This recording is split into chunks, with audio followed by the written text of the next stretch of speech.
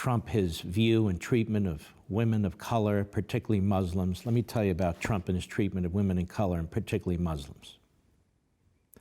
This is the commander-in-chief who launched 2 attacks against Syria for gassing its own people. That would be men, women, children of color who are Muslims. This would be the commander-in-chief, President Donald Trump, who directed the United States military to destroy ISIS. Not to contain it, but to destroy it. That would be ISIS, which has slaughtered throughout the Middle East men, women, children of color. Muslims mostly, others too. And the president has destroyed ISIS, other than a few outlets. That's what he's done. This would be the president who is adored in Israel because he stands up against anti-Semitism. And he has stood up for this little state of Israel, while the likes of Omar and Tlaib attack it and seek its destruction. That's what the BDS movement is all about. That's why Tlaib is pounding around with a mouthpiece for Hezbollah, the terrorist militia wing of the Iranian military. This president has done more for men, women, children of color who are Muslims than Omar and Tlaib combined. And he gets no credit for it because it doesn't fit the narrative. It doesn't fit the narrative.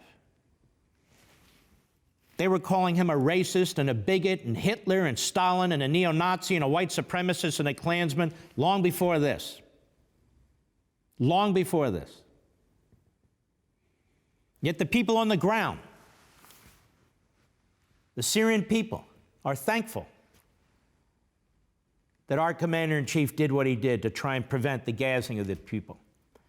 The people on the ground in Iraq, Syria, the Kurds are thankful that this president unleashed the United States military to deal with ISIS. Those would be men and women and children of color, mostly Muslims, not exclusively, but mostly. The people on the ground, the Jews in Israel, are thankful that this president has recognized their capital, moved our embassy, and recognized their sovereignty over the Golan Heights and is committed to their defense. That's the record of Donald Trump.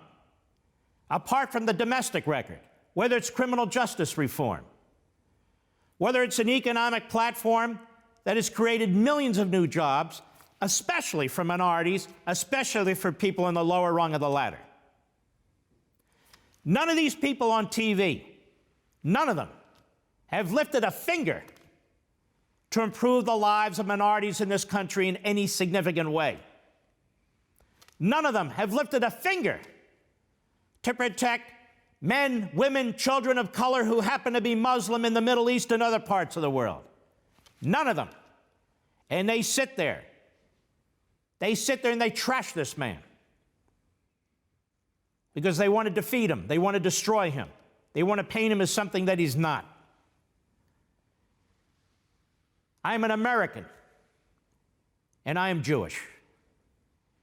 And when I watch Omar and listen to Omar, and when I watch Tlaib and listen to Tlaib as they are celebrated on the morning shows, celebrated on the evening network news shows, celebrated on the Sunday shows, I am disgusted. As these phony journalists tell half stories. How did we get to the point where the President of the United States said, tweeted, they should go back where they came from? Why did he do that?